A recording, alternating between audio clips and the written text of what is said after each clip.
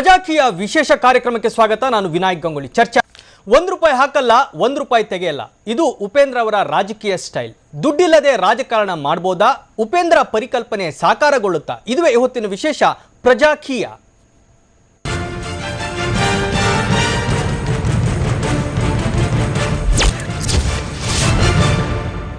ನಾವು ಕರ್ನಾಟಕದ ಜನ ಎಷ್ಟು ಶ್ರೀಮಂತರು ಅನ್ನೋದು ನಿಮ್ಗೇನಾರ ಗೊತ್ತಿದೆಯಾ? ನಮ್ಮೆಲ್ಲರ ಸಂಪಾದನೆ ಎಷ್ಟು, ನಾವು ಎಷ್ಟು ಜನನ ಕೆಲಸಕ್ಕೆ ಇಟ್ಕೊಂಡಿದ್ದೀವಿ ಅಂತ ನಿಮ್ಗೇನಾರ ಅಂದಾಜಿದೆಯಾ? ಇರಲಿಕ್ಕಿಲ್ಲ. ನೀವು ಪ್ರತಿ ವರ್ಷ ಸಂಪಾದನೆ ಮಾಡ್ತಿರೋದು 2 ಲಕ್ಷ ಕೋಟಿಗಿಂತಲೂ ಹೆಚ್ಚು. ನೀವು ಕೆಲಸ ಕೊಟ್ಟಿರೋದು ಸಾವಿರಾರು ಜನಕ್ಕೆ. ಇಲ್ಲಿ ನೋಡಿ, ನಿಮಗೆ ಗೊತ್ತಿದ್ದು ಗೊತ್ತಿಲ್ದಿರೋ ಸತ್ಯ, ನಮ್ಮ ಕರ್ನಾಟಕದ ಬಡ್ಜೆಟ್ ಹತ್ತತ್ರ 2 ಲಕ್ಷ ಕೋಟಿ. ಇದೆಲ್ಲ ನಾವು ಕೊಡ್ತಿರೋ ಡೈರೆಕ್ಟ್ ಆ್ಯಂಡ್ ಇಂಡೈರೆಕ್ಟ್ ಟ್ಯಾಕ್ಸ್, ಅಂದರೆ ತೆರಿಗೆಯಿಂದ ಬರೋದು. ನೀವು ಕೆಲಸ ಕೊಟ್ಟಿರೋದು ಸಾವಿರಾರು ಜನಕ್ಕೆ. ನಿಮ್ಮ ಮನೆ ಮುಂದೆ ಸ್ವಚ್ಛ ಮಾಡೋ ಪೌರ ಕಾರ್ಮಿಕರಿಂದ ಹಿಡಿದು ಕಾರ್ಪೊರೇಟರ್, MLA, ಚೀಫ್ ಮಿನಿಸ್ಟರ್ ಎಲ್ಲರಿಗೂ, ಅಡ್ಮಿನಿಸ್ಟ್ರೇಷನ್, ಗೌರ್ಮೆಂಟ್ ಅಡ್ಮಿನಿಸ್ಟ್ರೇಷನ್ ವರ್ಕ್ ಮಾಡೋ ಪ್ರತಿಯೊಬ್ಬ ಬ್ಯೂರೋಕ್ರಾಟ್ಸು, IAS, KAS, IPS ಎಲ್ರಿಗೂ ಸಂಬಳ ಕೊಡೋದು ನೀವೇ. ನಿಮ್ಮ ಈ ಟ್ಯಾಕ್ಸ್ ಮನಿ ಅಂದರೆ ತೆರಿಗೆ ಹಣ. ಹೌದು, ಅಂದರೆ ಇವರೆಲ್ಲರೂ ನಮಗೋಸ್ಕರ ಕೆಲಸ ಮಾಡ್ತಿರುವಂಥ ಎಂಪ್ಲಾಯೀಸ್, ವರ್ಕರ್ಸ್, ಹೌದು, ಕಾರ್ಮಿಕರು. ಆದರೆ ಈಗ ಆಗ್ತಿರೋದು ಮಾತ್ರ ವಿಪರ್ಯಾಸ. ಪ್ರಜಾಪ್ರಭುತ್ವದಲ್ಲಿ ಈ ಸತ್ಯ ನಿಮಗೆ ಕಾಣಿಸದೇ ಇರೋವಂಥ ಪರಿಸ್ಥಿತಿಗೆ ತಂದಿರೋದಕ್ಕೆ ಕಾರಣನೂ ನಾವೇ, ಬಲಿಪಶುಗಳು ನಾವೇ. ಹೇಗೆ ಅಂತೀರಾ? ಈ ಲಕ್ಷಾಂತರ ಕೋಟಿ ಸಂಪಾದನೆ ಮಾಡಿ ಅದನ್ನು ನಮಗೆ, ನಮ್ಮ ನೀಡ್ಸ್ಗೆ, ಸಮಾಜದ ಅನಿವಾರ್ಯತೆಗಳಿಗೆ ವಾಪಸ್ ಕೊಡೋದಕ್ಕೆ ನಾವು ಸೆಲೆಕ್ಟ್ ಮಾಡಿ ಎಲೆಕ್ಟ್ ಮಾಡ್ತಿರೋವಂಥ ನಾಯಕರ ಅರ್ಹತೆನ ನಾವು ಜಾತಿ, ಮತ, ದುಡ್ಡು, ಹೆಸರು ಇದರಿಂದ ಅಳೆದು ಅಂಥವ್ರನ್ನ ಇಂಥ ಒಂದು ದೊಡ್ಡ ಸ್ಥಳಕ್ಕೆ, ದೊಡ್ಡ ಕೆಲಸಕ್ಕೆ, ಅಂದರೆ MLA, MP, ಮಿನಿಸ್ಟ್ರುಗಳನ್ನ ನಾವು ಆಯ್ಕೆ ಮಾಡಿ ಕಳಿಸ್ತಿದ್ದೀವಿ. ಅಲ್ಲ ರೀ, ನಮ್ಮ ಮನೆಯಲ್ಲಿ ₹5,000 ಕೊಟ್ಟು ಕೆಲಸಕ್ಕೆ ಇಟ್ಕೊಳ್ಳೋವಂಥ ಜನಗಳನ್ನೇ ನಾವು ತಳ ಬುಡ ಎಲ್ಲ ಚೆಕ್ ಮಾಡಿ ಟೆಸ್ಟ್ ಮಾಡಿ ಇಟ್ಕೊತೀವಿ. ಅಂಥದ್ರಲ್ಲಿ ನಮ್ಮ ಲಕ್ಷಾಂತರ ಕೋಟಿ ದುಡ್ಡನ್ನು ನಮಗೆ ಸೂಕ್ತ ರೀತಿಯಲ್ಲಿ ಹಿಂತಿರುಗಿಸುವಂಥ ವ್ಯಕ್ತಿಗಳನ್ನ, ಅಂದರೆ ವರ್ಕರ್ಸ್ನ, ಎಂಪ್ಲಾಯೀಸ್ನ ನಾವು ಯಾವ್ಯಾವುದೋ ಸಿಲ್ಲಿ ಕಾರಣಕ್ಕೆ ಎಮೋಷನಲ್ ಆಗಿ ಜಾತಿ, ಮತ, ಅವನೊಬ್ಬ ದೊಡ್ಡ ವ್ಯಕ್ತಿ, ದುಡ್ಡಿರೋನು, ಅವನ ಹಿಂದೆ ತುಂಬ ಜನಗಳಿದ್ದಾರೆ, ಇದು ತುಂಬ ಫೇಮಸ್ ವ್ಯಕ್ತಿ ಅಂತ ಎಲೆಕ್ಟ್ ಮಾಡ್ತೀವಿ. ನಾವು ಮಾಡ್ತಿದ್ದೀವೋ ಅಥವಾ ಅಂಥ ಪರಿಸ್ಥಿತಿನ ಕ್ರಿಯೇಟ್ ಮಾಡಿ ನಮ್ಮ ಕೈಲಿ ಇವ್ರುಗಳೆಲ್ಲ ಮಾಡಿಸ್ತಿದ್ದಾರೋ ಅರ್ಥ ಆಗ್ತಾಯಿಲ್ಲ. ಏನು ಮಾಡೋದು? ಇಲ್ಲಿರೋರೆಲ್ಲ ಇಂಥವ್ರೆ, ನಮಗೆ ಬೇರೆ ಆಪ್ಷನ್ ಇಲ್ಲ, ಚಾಯ್ಸ್ ಇಲ್ಲ. ಇರೋ 3ರಲ್ಲಿ ಇವ್ರು ಸ್ವಲ್ಪ ಬೆಟ್ರು ಅಂದ್ಕೊಂಡು ನಾವು ಎಲೆಕ್ಟ್ ಮಾಡ್ತೀವಿ. ಇದು ನಿಮಗೆ ಮಾತ್ರ ಅಲ್ಲ, ನನಗನ್ಸಿರೋದು ಇದೇನೆ. ಹಾಗಾದರೆ ಇದಕ್ಕೆ ಬೇರೆ ದಾರಿನೇ ಇಲ್ವಾ? ದೊಡ್ಡವರೊಬ್ರು ಹೇಳಿದ್ದಾರೆ, ಆಶಾವಾದಿಯಾಗಿದ್ದರೆ ನನ್ನ ಹತ್ರ 100 ಐಡಿಯಾಗಳು ಕೊಡ್ತೀನಿ ನಾನು, ಬಟ್ ನಿರಾಶಾವಾದಿಗಳಿಗೆ ನನ್ನ ಹತ್ರ ಯಾವ ಐಡಿಯಾನೂ ಇಲ್ಲ ಅಂತ. ಆ ಥರ ಆಶಾವಾದಿಗಳಿಗೆ ನನ್ನ ಹತ್ರ ಒಂದು ಐಡಿಯಾ ಇದೆ, ಕೇಳಿ ನೋಡಿ. ಛೇ, ಇದು ನನ್ನ ಐಡಿಯಾ ಅಲ್ಲ, ಇದು ಸತ್ಯ, ಎಲ್ರಿಗೂ ಗೊತ್ತಿರೋದೆ, ಅದನ್ನು ನಾನು ಹೇಳ್ತಾ ಇದ್ದೀನಿ ಅಷ್ಟೇ, ಕೇಳಿ. ಚಿಕ್ಕ ಮಕ್ಕಳಿಗೆ ಸ್ಕೂಲಿಗೆ ಸೇರಿಸೋದಕ್ಕೆ ಇಂಟರ್ವ್ಯೂ ಅಂತಾರೆ. ಇನ್ನು ಲಕ್ಷಾಂತರ ಕೋಟಿ ದುಡ್ಡನ್ನು ಮ್ಯಾನೇಜ್ ಮಾಡಿ ಇಡೀ ರಾಜ್ಯದ ಪ್ರಾಬ್ಲಮ್ನ ಸಾಲ್ವ್ ಮಾಡೋವಂಥ ಒಂದು ದೊಡ್ಡ ಜಾಬ್ಗೆ, ಹುದ್ದೆಗೆ ಒಂದು ಸಣ್ಣ ಟೆಸ್ಟ್ ಇಲ್ವಾ? ಎಕ್ಸಾಮ್ ಇಲ್ವಾ? ಹೌದು, ಇರಲೇಬೇಕಲ್ಲ. ಆ ಎಕ್ಸಾಮ್ ಯಾವ ಥರ? ಗ್ರ್ಯಾಜುಯೇಟಾ, ಮಾಸ್ಟರ್ಸಾ, PhDನಾ? ಇಲ್ಲ, ಆ ಥರ ಇರಲೇಬೇಕು ಅಂತಿದ್ರೆ ಕಾನ್ಸ್ಟಿಟ್ಯೂಷನ್ ಬರೆದಂಥ ದೊಡ್ಡವರು ಅದ್ರ ಬಗ್ಗೆ ಯೋಚನೆ ಮಾಡ್ತಿದ್ರು. ಹೌದು, ಆಡಳಿತ ನಡೆಸೋ KAS, IPS ಆಫೀಸರ್ಗಳು ಆ ಥರ ಕ್ವಾಲಿಫಿಕೇಷನ್ ಬೇಕು. MLA, MP, ಮಿನಿಸ್ಟ್ರುಗಳಿಗೆ ಯಾತಕ್ಕೆ? ಅವರು ಜನಗಳನ್ನ ರೆಪ್ರೆಸೆಂಟ್ ಮಾಡೋರು, ಅಂದರೆ ಜನಪ್ರತಿನಿಧಿಗಳು. ಅವ್ರಿಗೆ ಯಾವ ಕ್ವಾಲಿಫಿಕೇಷನ್ ಇರಬೇಕಾಗಿಲ್ಲ, ಕರೆಕ್ಟು. ಆದರೆ ಒಂದು ಕ್ಷೇತ್ರದಲ್ಲಿ ಒಬ್ಬ MLA ಆಗೋ, ಕಾರ್ಪೊರೇಟರ್ ಆಗೋ ನಿಲ್ಲುವಂಥ ಅಭ್ಯರ್ಥಿಗೆ ಆ ಏರಿಯಾದಲ್ಲಿ ಏನೇನು ಸಮಸ್ಯೆಗಳಿದೆ, ಅದಕ್ಕೆ ತಾನು ಏನು ಪರಿಹಾರ ಕೊಡ್ಬೋದು ಅನ್ನೋ ಸಾಮಾನ್ಯ ಕಲ್ಪನೆನಾರು ಇರಬೇಕಲ್ವ, ಒಂದು ಐಡಿಯಾನಾರು ಇರಬೇಕಲ್ವ. ಹಾಗಾದರೆ ಅಭ್ಯರ್ಥಿಗಳನ್ನ ಸೆಲೆಕ್ಟ್ ಮಾಡೋಕ್ಕೆ ಮುಂಚೆ ಒಂದು ಎಕ್ಸಾಮ್, ಒಂದು ಪರೀಕ್ಷೆ ನಡೀಲೇಬೇಕು. ಹೌದು, ಈ ಥರ ಐಡಿಯಾಗಳಿರೋ ಜನ ಮುಂದೆ ಬರಬೇಕು. ಒಂದೊಂದು ಚುನಾವಣಾ ಕ್ಷೇತ್ರದಿಂದನೂ ಕೂಡ 5-10 ಜನ ಆ ಇಡೀ ಕ್ಷೇತ್ರನ ಓಡಾಡಿ ಅಲ್ಲಿರೋ ಪ್ರಾಬ್ಲಮ್ಗಳ ತಿಳ್ಕೊಂಡು ಅವರೇ ಒಂದು ಎಕ್ಸಾಮ್ ಥರ ಬರೆದು ಅದನ್ನು ಪಾರ್ಟಿಲಿರೋ ಮೇಯ್ನ್ ಲೀಡರ್ಸು ನೋಡಬೇಕು. ಈ ಥರ ಬರೋ ಸಾವಿರಾರು ಅಪ್ಲಿಕೇಶನ್ನ ಸ್ಟಡಿ ಮಾಡಿ ಅದರಲ್ಲಿ ಯಾರು ಬೆಸ್ಟು ಅನ್ನೋದನ್ನು ಡಿಸೈಡ್ ಮಾಡಿ ಅಂಥವ್ರನ್ನ ಒಂದೊಂದು ಕ್ಷೇತ್ರದ ಅಭ್ಯರ್ಥಿ ಅಂತ ಅನೌನ್ಸ್ ಮಾಡಿ ಅವ್ರಿಗೆ ಟಿಕೆಟ್ ಕೊಡಬೇಕು. ಅವರು ಈ ಎಕ್ಸಾಮಲ್ಲಿ ಬರೆದು ಪಾಸ್ ಆಗಿರೋಂಥ ಪೇಪರ್ನೇ ಜನಗಳ ಮುಂದಿಡಬೇಕು. ಅಂದರೆ ಈ ಏರಿಯಾದಲ್ಲಿ ಈ ಪ್ರಾಬ್ಲಮ್ಗಳಿದೆ, ಇದಕ್ಕೆ ನನ್ನದೇ ಆದಂಥ ಒಂದು ಸೊಲ್ಯೂಷನ್ ಅಂದರೆ ಪರಿಹಾರ ಈ ಥರ ಇದೆ, ಅದು ಇಷ್ಟು ದಿನದಲ್ಲಿ ನಾನು ಪರಿಹಾರ ಮಾಡ್ತೀನಿ ಅನ್ನೋದನ್ನು ಜನಗಳಿಗೆ ಮುಟ್ಟಿಸ್ಬೇಕು. ಈ ಅರ್ಹತೆ ನೋಡಿ ಜನ ಅವ್ರಿಗೆ ಓಟ್ ಹಾಕಬೇಕು ಅಲ್ವಾ. ಎಲೆಕ್ಷನ್ ಗೆದ್ರ ಮೇಲೆ ಅವ್ರಿಗೆ ಲಕ್ಷಾಂತರ ರೂಪಾಯಿ ನಾವು ಸಂಬಳ ಕೊಡ್ತೀವಿ. ಆದ್ದರಿಂದ ಅವರು 9 to 6 ಆ ಏರಿಯಾದಲ್ಲಿ ಓಡಾಡಿ ಕೆಲಸ ಮಾಡಬೇಕು. ಆ ಕೆಲಸದ ಪ್ರತಿಯೊಂದನ್ನು ವಿಡಿಯೋ ಫೋಟೋಗ್ರಾಫ್ ತೆಗೆದು ಅದನ್ನೊಂದು ವೆಬ್ಸೈಟಲ್ಲಿ ಹಾಕಿ ಫೇಸ್ಬುಕ್ಕಲ್ಲಿ ಹಾಕಿ ಜನಗಳಿಗೆ ಅವಾಗ ತಲುಪಿಸ್ತಾನೆ ಇರಬೇಕು. ಇದನ್ನು ಕೇಳಿ ನೋಡಿ ಏನಂತಾರೆ, ಜನಗಳು ನಾವೆಂಗ್ರಿ ತಲುಪ್ಸೋಕ್ಕಾಗತ್ತೆ, ಜನನೇ ಬಂದು RTIಗೆ ಹಾಕಿ ತಿಳ್ಕೊಳ್ಳಿ, ಜನನೇ ಅಲ್ಲೋಗಿ ತಿಳ್ಕೊಳ್ಳಿ ಇಲ್ಲೋಗಿ ತಿಳ್ಕೊಳ್ಳಿ. ಅಲ್ಲ, ನಮಗೆಲ್ಲ ಬೇರೆ ಕೆಲಸಗಳಿದೆ, ಅದು ನಮ್ಮ ಕೆಲಸ ಅಲ್ಲ. ನಿಮ್ಗೆ ಆ ಕೆಲಸ ಕೊಟ್ಟಿದ್ದೀವಿ, ಇದು ನಿಮ್ಮ ಕೆಲಸ, ನಿಮ್ಗೆ ಅದಕ್ಕೋಸ್ಕರ ಸಂಬಳ ಕೊಡ್ತಾ ಇದ್ದೀವಿ.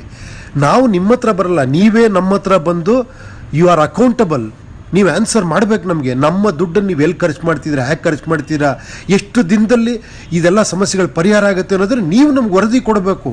ಅದು ಕಷ್ಟ ಆಗಿರ್ಬೋದು, ಆದರೂ ಕೂಡ ಜನ ಎಷ್ಟು ಜನ ಬರ್ತಾರೋ ಎಷ್ಟು ಜನ ನೋಡ್ತಾರೋ ಅದು ಮುಖ್ಯ ಅಲ್ಲ. ನೀವು ಟಿ ವಿಲಿ ಕೂತ್ಕೊಂಡು ಅಟ್ಲೀಸ್ಟ್ 15 ದಿನ 1 ತಿಂಗಳಿಗೂ ಒಂದು ಸತಿ ಲೈವ್ ಶೋ ಮಾಡಿ ಪ್ರತಿಯೊಬ್ಬರು ಜನಗಳಿಗೂ ಫೋನ್ ಕಾಂಟ್ಯಾಕ್ಟ್ ತೊಗೊಂಡು ನೀವು ವಿತ್ ಫೋಟೋ ವಿಡಿಯೋಗ್ರಾಫ್ ತೋರಿಸ್ಬೇಕು ನೀವು ಮಾಡಿರೋ ಕೆಲಸ ಏನು ಅಂತ. ಇದಲ್ವಾ ಪ್ರಜಾಪ್ರಭುತ್ವ ಅಂದರೆ. ಈ ಥರ ಕೆಲಸ ಮಾಡೋ ಎಲ್ಲ MLAಗಳು ವಿತ್ ಆಡಿಯೋ ವಿಷುಯಲ್ಲು ವಿಧಾನಸೌಧಕ್ಕೆ ಕನೆಕ್ಟ್ ಆಗಿರಬೇಕು. ಟಿ ವಿ ಚಾನಲ್ ಇರುತ್ತಲ್ಲ ಆ ಥರ.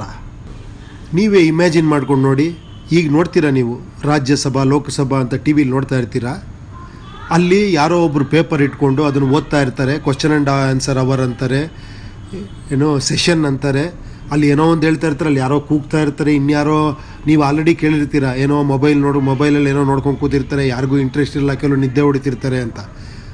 ನಮಗೆ ಬೇಕಾಗಿರೋದು ಒಂದು ಟಿ ವಿ ಚಾನಲ್ ಅವರು ಆಡಿಯೋ ವಿಷುವಲಲ್ಲಿ ಇಡೀ ಕರ್ನಾಟಕ ರಾಜ್ಯಕ್ಕೆ ಕನೆಕ್ಟ್ ಆಗಿರ್ತಾರೆ. ಅವ್ರ ರಿಪೋರ್ಟ್ಗಳು ಎಲ್ಲಂದ್ರಲ್ಲಿ ಯಾವಾಗ ಬೇಕಾದರೂ ಕೂಡ ಕನೆಕ್ಟ್ ಮಾಡಿ, ರೀ ಆ ಹಾಸ್ಪಿಟ್ಲಲ್ಲಿ ಏನಾಗ್ತಿದೆ ರೀ ಈ ಏರಿಯಲ್ಲಿ ಏನಾಗ್ತಿದೆ ಅಂತ ಎಡಿಟರ್ ಕೂತ್ಕೊಂಡು ಕೇಳಿದಾಗ ನಾವೇ ನೋಡಿದ್ದೀವಿ ಅದ್ರ ಬಗ್ಗೆ ರಿಪೋರ್ಟ್ಗಳು ಮಾತಾಡೋದನ್ನು. ಹಾಗಾದರೆ ನಮ್ಮ ವಿಧಾನಸೌಧ ಯಾಕೆ ಹಾಗಾಗಬಾರ್ದು? 225 ಕಾನ್ಸ್ಟಿಟ್ಯೂಯೆನ್ಸಿ ಕೂಡ ಕ್ಷೇತ್ರಗಳು, ಪ್ರತಿಯೊಂದಕ್ಕೂ ಒಂದೊಂದು ದೊಡ್ಡ LED ಡಿಸ್ಪ್ಲೇಗಳು ವಿಧಾನಸೌಧದಲ್ಲಿ ಇತ್ತು ಅಂದ್ಕೊಳ್ಳಿ, ಅಲ್ಲಿ ಮಿನಿಸ್ಟ್ರುಗಳು ಕೂತಿದ್ರು ಅಂದ್ಕೊಳ್ಳಿ, MLAಗಳು ರಿಪೋರ್ಟರ್ಗಳ ಥರ ಕೆಲಸ ಮಾಡ್ತಿದ್ರು ಅಂದ್ಕೊಳ್ಳಿ. ನೀವು ಆ ಮಿನಿಸ್ಟ್ರುಗಳು ಯಾವ ಏರಿಯಾನ ಬೇಕಾದ್ರೆ ಕನೆಕ್ಟ್ ಮಾಡಿ ಅಲ್ಲಿ ಏನು ನಡೀತಿದೆ ಅನ್ನೋದು ಡೈರೆಕ್ಟಾಗಿ ವಿತ್ ವಿಷುಯಲ್ ರಿಪೋರ್ಟ್ ತೊಗೊಬೋದು. ಅದನ್ನು ಡೈರೆಕ್ಟಾಗಿ ಜನ ನೋಡ್ಬೋದು, ಜನನ್ನ ಡೈರೆಕ್ಟಾಗಿ ಲೈವಲ್ಲಿ ಕನೆಕ್ಟ್ ತೊಗೊಂಡು ಡಿಸ್ಕಸ್ ಮಾಡ್ಬೋದು, ಪ್ರತಿಯೊಂದು ಸಮಸ್ಯೆಗೆ ಪರಿಹಾರ ಕಂಡುಹಿಡಿಬೋದು, ಮಾಡ್ಬೋದು, ಎಲ್ಲವನ್ನೂ ಮಾಡ್ಬೋದು. ನಾವು ಎಕ್ಸಾಮ್ ನಡೆಸಿ ಸೆಲೆಕ್ಟ್ ಆದಂಥ MLAಗಳಲ್ಲಿ ಅತ್ಯುತ್ತಮವಾದವರು, ತುಂಬ ಬ್ರಿಲಿಯಂಟ್ಸು, ಇಡೀ ರಾಜ್ಯದ ಅಗ್ರಿಕಲ್ಚರು, ವಾಟ್ರು, ಎಲೆಕ್ಟ್ರಿಸಿಟಿ, ಈ ಥರ ಒಟ್ಟಾರೆಯಾಗಿ ರಾಜ್ಯಕ್ಕೆ ಸಂಬಂಧಪಟ್ಟಂಥ ಕೆಲವು ಪ್ರಾಬ್ಲಮ್ಗಳಿಗೆ ಪರಿಹಾರ ಕೊಡೋವಂಥವ್ರು, ಅದ್ರ ಬಗ್ಗೆ ತಿಳ್ಕೊಂಡಿರೋರು, ಬೇರೆ ಬೇರೆ ದೇಶಗಳಲ್ಲಿ ಆ ಪ್ರಾಬ್ಲಮ್ಗಳಿಗೆ ಏನೇನು ಮಾಡ್ತಾ ಇದ್ದಾರೆ ಅಂಥದ್ದನ್ನು ನಾವು ಯಾವುದನ್ನು ಅಡಾಪ್ಟ್ ಮಾಡ್ಕೊಬೋದು, ಯಾವುದರಿಂದ ಈ ಪ್ರಾಬ್ಲಮ್ಗಳಿಗೆ ಪರಿಹಾರ ಸಿಗುತ್ತೆ ಅಂತ ಗೊತ್ತಿರುವಂಥ ಮೇಧಾವಿಗಳನ್ನ ನಾವು ಮಿನಿಸ್ಟ್ರುಗಳು ಮಾಡಬೇಕು. ಆದರೆ ಇಲ್ಲಿ ರೈತ ಆತ್ಮಹತ್ಯೆ ಮಾಡ್ಕೊತಿದ್ದಾನೆ, ಅವ್ರಿಗೇನಾರ ಪರಿಹಾರ ಕೊಡು. ನೀರಿನ ಪ್ರಾಬ್ಲಮ್ ಇದೆ, ಬರ ಪರಿಹಾರ ಕೊಡು. ಕಾವೇರಿ, ಕಳಸಾ ಬಂಡೂರಿ ಈ ಥರ ಎಲ್ಲ ನದಿಗಳ ಪ್ರಾಬ್ಲಮ್ ಇದೆ, ಅದು ಅಂತಾರಾಜ್ಯ ಪ್ರಾಬ್ಲಮ್ಮು, ಅದಕ್ಕೆ ಪ್ರೈಮ್ ಮಿನಿಸ್ಟರ್ ಬರಬೇಕು, ಅವ್ರು ಪರಿಹಾರ ಕೊಡಬೇಕು, ಕೋರ್ಟಲ್ಲಿದೆ. ಬರೀ ಈ ಥರ ಸಮಸ್ಯೆಗಳು ಹೇಳೋರ ನಮ್ಮ ಲೀಡರ್ಸು ಅಲ್ಲ, ಇದಕ್ಕೆಲ್ಲ ಶಾಶ್ವತ ಪರಿಹಾರ ಕೊಡೋವಂಥವ್ರು. ನಮಗೆ ಕಾವೇರಿ ಸಮಸ್ಯೆ ಇರ್ಬೋದು ಸತ್ಯ, ಆದರೆ ನೀರಿನ ಸಮಸ್ಯೆ ಯಾವತ್ತೂ ಇರಬಾರ್ದಲ್ವಾ? ಇದೇ ಥರ ನಾವು ಅದಕ್ಕೆ ಗಲಾಟೆ ಮಾಡಿಕೊಂಡು ಒಬ್ರಿಗೊಬ್ರು ಹೊಡ್ಕೊಂಡು ನಾಳೆ ನಮ್ಮ ಮಕ್ಕಳಿಗೆ ಅಲ್ವಾ ತೊಂದರೆ? ಇಷ್ಟೊಂದು ಲಕ್ಷಾಂತರ ಕೋಟಿ ನಮ್ಮ ಬಡ್ಜೆಟ್ ಇರಬೇಕಾದ್ರೆ ಇದಕ್ಕೊಂದು ಶಾಶ್ವತವಾದ ಪರಿಹಾರ ಕಂಡುಹಿಡಿಯೋಕ್ಕೆ ಸಾಧ್ಯನೇ ಇಲ್ವಾ? ಇದಕ್ಕೆ ನಮ್ಗೆ ಅಂಥ ಅಭ್ಯರ್ಥಿಗಳು ಬೇಕು. ಇದೆಲ್ಲ ಸರಿನೇ, ಆ ಥರ ಎಕ್ಸಾಮ್ ಮಾಡ್ತೀವಿ, ಅದಕ್ಕೆ ಅರ್ಹತೆ ಇರೋ ಅಭ್ಯರ್ಥಿಗಳನ್ನ ತೊಗೊತೀವಿ, ಅದನ್ನು ನಿಮ್ಮ ಮುಂದೆ ಇಡ್ತೀವಿ, ಆದರೂ ಅವ್ರು ಯಾರಿಗೂ ಗೊತ್ತಿರಲ್ಲ. ಇವ್ರನ್ನ ನಾವು ಜನಗಳಿಗೆ ತಲುಪಿಸೋದು ಹೇಗೆ? ನಮಗೆ ದುಡ್ಡು ಬೇಕು, ದೊಡ್ಡ ಮಟ್ಟದಲ್ಲಿ ಪ್ರಚಾರ ಮಾಡಬೇಕು, ಇಲ್ಲ ಇವ್ರಿಗೆ ಈ ಜಾತಿ ಆ ಜಾತಿ ಅಂತ ಅದನ್ನು ಸುದ್ದಿ ಮಾಡಬೇಕು, ಇಲ್ಲ ಧರ್ಮದ್ದೇನೋ ಒಂದು ವಿಷಯ ಇಟ್ಕೊಬೇಕು. ಇದೆಲ್ಲ ಮಾಡಿದ್ರೆ ನಾನು ಹೇಳಿದ್ದೆಲ್ಲ ಮಾಡೋಕ್ಕಾಗತ್ತಾ? ಇಲ್ಲ. ದುಡ್ಡು, ಜಾತಿ, ದೊಡ್ಡ ಪ್ರಚಾರ ಇದೆಲ್ಲ ಇಲ್ಲದೆ ನಿಮ್ಮನ್ನು ಮುಟ್ಟಕ್ಕೆ ಹೇಗೆ ಸಾಧ್ಯ? ಇಲ್ಲೇ ನೋಡಿ ಇರೋ ಪ್ರಾಬ್ಲಮ್ಮು. ಸೊಲ್ಯೂಷನ್ನು ಇಲ್ಲೇ ಇದೆ, ಪ್ರಾಬ್ಲಮ್ಮು ಇಲ್ಲೇ ಇದೆ. ನಾವು ದುಡ್ಡಿಲ್ಲದೆ ಎಲೆಕ್ಷನ್ ಗೆಲ್ಲಕ್ಕಾಗಲ್ಲ. ಅದಕ್ಕೇನು ಮಾಡೋದು? ದುಡ್ಡು ಬೇಕು, ಒಂದು ಪಾರ್ಟಿ ಫಂಡ್ ಬೇಕು, ಅದಕ್ಕೆ ಜನ ಬೇಕು, ಎಲ್ಲರ ಹತ್ರ ದುಡ್ಡು ಕಲೆಕ್ಟ್ ಮಾಡ್ತೀವಿ. ಲಕ್ಷಾಂತರ ಕೋಟ್ಯಾಂತರ ರೂಪಾಯಿ ಪಾರ್ಟಿ ಫಂಡಲ್ಲಿ ಇಡ್ತೀವಿ. ಆಗೇನಾಗುತ್ತೆ, ನಮ್ಮ ಜೊತೆ ಒಂದಷ್ಟು ಜನ ದುಡ್ಡು ಹಾಕಿರೋರು ಬರ್ತಾರೆ. ಇಲ್ಲಿಂದನೇ ಸ್ಟಾರ್ಟ್ ಆಗುತ್ತೆ ಕರಪ್ಷನ್ನು. ಆ ದುಡ್ಡು ಹಾಕಿರೋರಿಗೆ ನಾವೇನಾದ್ರು ಒಂದು ಮಾಡಲೇಬೇಕು, ಅವ್ರು ಕೆಲವು ಸ್ಥಾನಗಳು ಕೊಡಲೇಬೇಕು. ದುಡ್ಡು ಹಾಕೋದೇ ದುಡ್ಡು ತೆಗಿಯೋದಕ್ಕೋಸ್ಕರ. ಮತ್ತು ನಾವು ಅಂದ್ಕೊಂಡಿದ್ದು ಈ ಡ್ರೀಮೆಲ್ಲ ಏನಾಯಿತು? ರೀ, ಅಧಿಕಾರ ಸಿಗೋವರೆಗೂ ಏನು ಬೇಕಾದ್ರೂ ಮಾಡ್ಬೋದು ರೀ. ಒಂದು ಸತಿ ಅಧಿಕಾರ ಸಿಕ್ಕರ ಮೇಲೆ ನಾವೇನಾರ ಒಳ್ಳೇದು ಮಾಡೋಣ. ಮೊದಲೇ ನಾವೇ ಕರಪ್ಟಾಗಿ, ನಾನೇ ತಪ್ಪು ಮಾಡಿ, ನಾನೇ ಅಸತ್ಯದ ಮಾರ್ಗದಲ್ಲಿ ನಡೆದು ಮುಂದೆ ನಾನು ಸತ್ಯ ಹೆಂಗೆ ಮಾಡೋಕ್ಕೆ ಸಾಧ್ಯ? ಇಲ್ಲ, ಮೊದಲನೇ ಹೆಜ್ಜೆನೇ ಸತ್ಯದಿಂದ ನಡಿಬೇಕು, ಸತ್ಯದಿಂದ ಇಡಬೇಕು.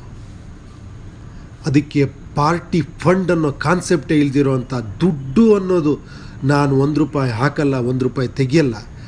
ನಾವಿಲ್ಲೆಲ್ಲ ಕೆಲಸಗಾರರು. ಇದು ರಾಜಕೀಯ ಅಲ್ಲ, ಪ್ರಜಾಕೀಯ ಅನ್ನೋ ಒಂದು ವ್ಯವಸ್ಥೆ ನಾವು ಮಾಡಲೇಬೇಕಾಗಿದೆ. ನಾನು ದುಡ್ಡು ಹಾಕದೆ ನಿಮ್ಮನ್ನು ತಲುಪಬೇಕು. ಹೇಗೆ ಸಾಧ್ಯ ಇದೆ? ಈಗ TV ಚಾನೆಲ್ಗಳಿದ್ದಾವೆ, ಸೋಷಿಯಲ್ ಮೀಡಿಯಾ ಇದೆ, ಒಬ್ಬೊಬ್ಬರು ಕೈಲಿರೋ ಮೊಬೈಲು ಈಗ ಒಂದೊಂದು ನ್ಯೂಸ್ ಪೇಪರ್ ಆಗಿದೆ. ಪ್ರತಿಯೊಂದು ವಿಷಯನೂ ನೀವು ಮೊಬೈಲಲ್ಲೇ ತಿಳ್ಕೊಬೋದು. ಇದೊಂದು ಪ್ರಯತ್ನ ಅಷ್ಟೇ. ನನ್ನ ಪ್ರಕಾರ ಸತ್ಯ ಅನ್ನೋದು ಮುಟ್ಟುತ್ತೆ. ಒಬ್ಬರಿಂದ ಇನ್ನೊಬ್ಬರಿಗೆ ಮೌತ್ ಪಬ್ಲಿಸಿಟಿ ಅಂತಾರಲ್ಲ, ಆ ಥರ ಒಬ್ಬರು ಇನ್ನೊಬ್ರಿಗೆ ಹೇಳ್ರಿ, ಇನ್ನೊಬ್ರು ಮತ್ತೊಬ್ರಿಗೆ ಹೇಳಿದ್ರೆ ಸಾಕು, ಇದು ಸಕ್ಸಸ್ ಆಗುತ್ತೆ. ದುಡ್ಡು ಹಾಕದೆ ಬಂದವರು ದುಡ್ಡು ತೆಗಿಯಲ್ಲ ಅನ್ನೋದು, ಇಷ್ಟೆಲ್ಲ ಆದಮೇಲೂ ಅವ್ರು ಹಾನೆಸ್ಟಾಗಿ ಕೆಲಸ ಮಾಡ್ತಾರ ಅನ್ನೋದು ನಿಮ್ಗೆ ಹೇಗೆ ಡೌಟ್ ಇದೆಯೋ ನನಗೂ ಹಾಗೇ ಇದೆ. ಇದಕ್ಕೇನು ಪರಿಹಾರ? ಏನಂದರೆ, ಯಾರೋ ಒಬ್ಬರಿದ್ದು ರೆಸ್ಪಾನ್ಸಿಬಿಲಿಟಿ ತೊಗೊಳ್ಳೇಬೇಕು. ಅದು ನಾನೇ ತೊಗೊತೀನಿ ಅಂದ್ಕೊಳ್ಳಿ, ನೀವು ನನ್ನನ್ನು ನಂಬಬೇಕು. ನಿಮ್ಮನ್ನ ಹೇಗೆ ನಂಬೋದು ಅಂತ ಕೇಳಿದ್ರೆ ನನ್ನ ಎದೆ ಅಂತೂ ಸೀಳು ತೋರ್ಸೋಕ್ಕಾಗಲ್ಲ. ಅದಕ್ಕೆ ಮೊದಲನೇ ಹೆಜ್ಜೆ ಇಡಬೇಕಾದ್ರೆ ಸತ್ಯವಾಗೇ ಇಟ್ಕೊಳ್ಳೋಣ. ಇದು ಇಂಪಾಸಿಬಲ್ ಟಾಸ್ಕ್ ಆದರೂ ಕೂಡ ಟ್ರೈ ಮಾಡೋಣ ಅಂದ್ಬಿಟ್ಟು ದುಡ್ಡೇ ಇಲ್ದಿರೋ ಅಂಥ ಪಾರ್ಟಿ ಮಾಡೋಣ ಅಂತ ಅಂದ್ಕೊಂಡಿದ್ದೀನಿ. ಇದೊಂದು ಚಾಲೆಂಜಿಂಗ್ ಟಾಸ್ಕೇ. ಯಾಕಂದರೆ ಒಂದು ಕಲ್ಪನೆ ಮಾಡ್ಕೊಳ್ಳಿ, ಎಲ್ಲರ ಅಬ್ಬರ ಪ್ರಚಾರದ ಮುಂದೆ ಇಲ್ಲೊಬ್ಬರು ಯಾರ್ದು ಪ್ರಚಾರನೇ ಇರಲ್ಲ.